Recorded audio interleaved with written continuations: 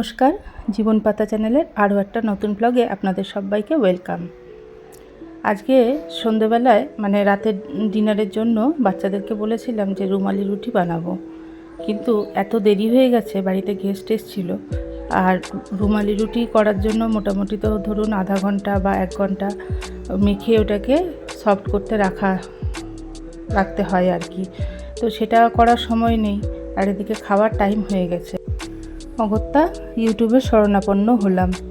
তো ইউটিউব ঘাঁটতে ঘাঁটতে একটা ভিডিও দেখলাম যে একসাথে অনেকগুলো রুটি পাতলা পাতলা রুমালি রুটির মতনই কতকটা আর কি, তো সেইভাবে বানানো যায়। তো আমি ভাবলাম যে ঠিক আছে, তাহলে এইটাই করে দিই।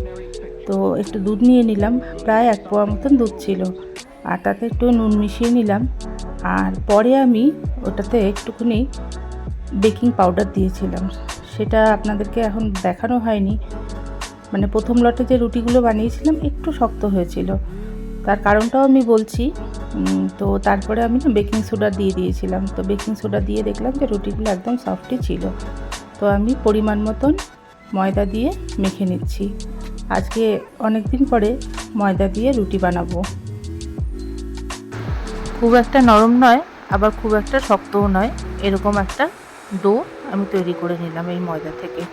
আর এখানে তেল আমি কিন্তু এক্ষুনি কিচ্ছু দিলাম না, জাস্ট এইভাবেই সাথে সাথে রুটি তৈরি করে নেওয়া যাবে। আর দেখুন এই জায়গাটায় এই টেবিল ফ্যান চলছিল বলে ময়দাগুলো উড়ে উড়ে কেমন সাদা হয়ে গেছে। তা আমি টেবিলটার উপরে একটা পেপার পেতে নিয়েছি, তাতে আমার পরিষ্কার করতে সুবিধে হবে। এখান থেকে আমি ছোট ছোট লেচি করে নেব, কারণ খুব বেশি বড় করতে পারছি না, কারণ আমার বেলনটা তো ছোট, সেই জন্য ছোট ছোট লেচি করে নিচ্ছি যাতে পাতলা হয় জিনিসটা। আর এই যে দেখুন আমি ঢেকে ঢেকে করছি, কারণ ফ্যান চলছে, ফ্যানের হাওয়ায় এগুলো শুকিয়ে যেতে পারে, সেই জন্য ঢেকে রাখছি। লুচি করার জন্য যেই পরিমাণ ময়দা নিই বা আটা নিই, সেই পরিমাণে ছোট ছোট লেচি করে নিচ্ছি। আর প্রথমবারে আমি লুচির সাইজেরই বেলে নেব। সবকটা রুটি লুচির আকারে বেলার পর নিচেরটা এবং ওপরেরটা বাদ দিয়ে বাদবাকিগুলোর মধ্যে তেল মাখিয়ে একটার পর একটা রেখে আমি হাত দিয়ে চেপে প্রথমে একটু বড় করে তারপরে বেলে নিচ্ছি পাতলা করে, যতটা সম্ভব হয় আর কি। এরপর তাওয়া আগেই গরম করতে বসিয়ে দিয়েছিলাম, এবার তাওয়ার মধ্যে এটা দিয়ে দিলাম। মোটামুটি মিডিয়াম আঁচে আমি সুন্দর করে একদম নিচের দিকটা সেঁকে নিচ্ছি। যখন একটু ওপরটা ফুলে ফুলে আসবে তখন এটাকে ঘোরানোও যাবে খুব সহজেই। আর হালকা ফুলে ফুলে আসবে তখন বুঝবেন নিচটা অনেকটা হয়ে গেছে। এবার উল্টে দেব।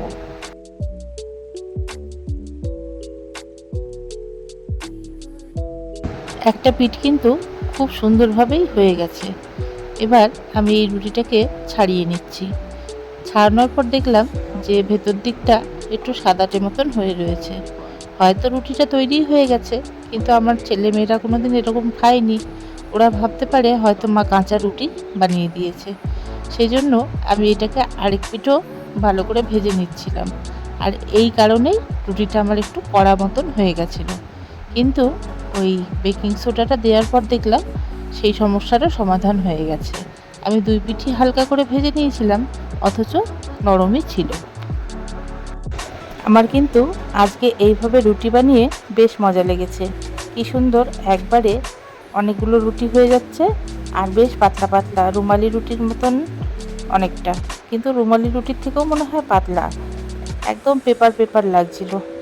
এটা এত ট্রান্সপারেন্ট হয়েছে যে নিজের হাত পর্যন্ত দেখা যাচ্ছে রুটির ভেতর দিয়ে। আপনারা সবাই একবার হলেও ট্রাই করে দেখতেই পারেন, বেশ ভালো লাগবে। আর খেতেও বেশ ভালো হয়েছিল, খুবই পাতলা পাতলা। আর ময়দা রুটির একটু আটা রুটির তুলনায় ভালোই লাগে খেতে। অনেক দিন পরে স্বাদ বদল কি না।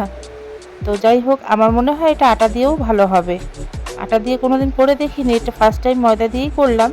তো একদিন ইচ্ছা আছে আটা দিয়েও করে দেখব, যদি ভালো লাগে তবে আটা দিয়েই হবে, এবং ঝটপটও হয়ে যাচ্ছে।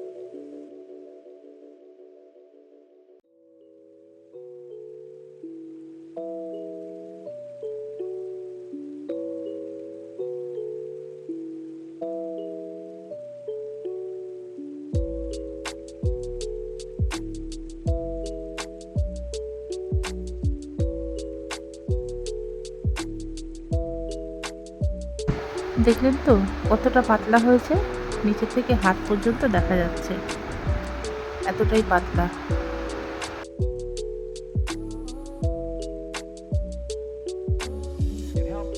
রুটিগুলো বানানোর পর দেখুন কতটা পাতলা হয়েছে, হাতগুলো দেখা যাচ্ছে একদম। রুটিগুলো গরম অবস্থায় বেশ ভালোই নরম ছিল এবং ভালোই লেগেছে খেতে, কিন্তু কিছু কিছু সংখ্যক রুটি যেগুলো তাওয়াতে বেশিক্ষণ একটু বসানো ছিল কড়া হওয়ার জন্য, সেই রুটিগুলো একটু শক্ত যা হয়েছে। ডিমের একটু কারি করেছিলাম পাতলা করে, তো সেই কারি দিয়ে এই রুটি বেশ ভালোই জমেছিল। তো আমার ব্লগটা এখানেই শেষ করছি। আপনাদের যদি ভালো লেগে থাকে লাইক কমেন্ট শেয়ার করবেন। আজকের মতন এখানে রাখছি, টাটা।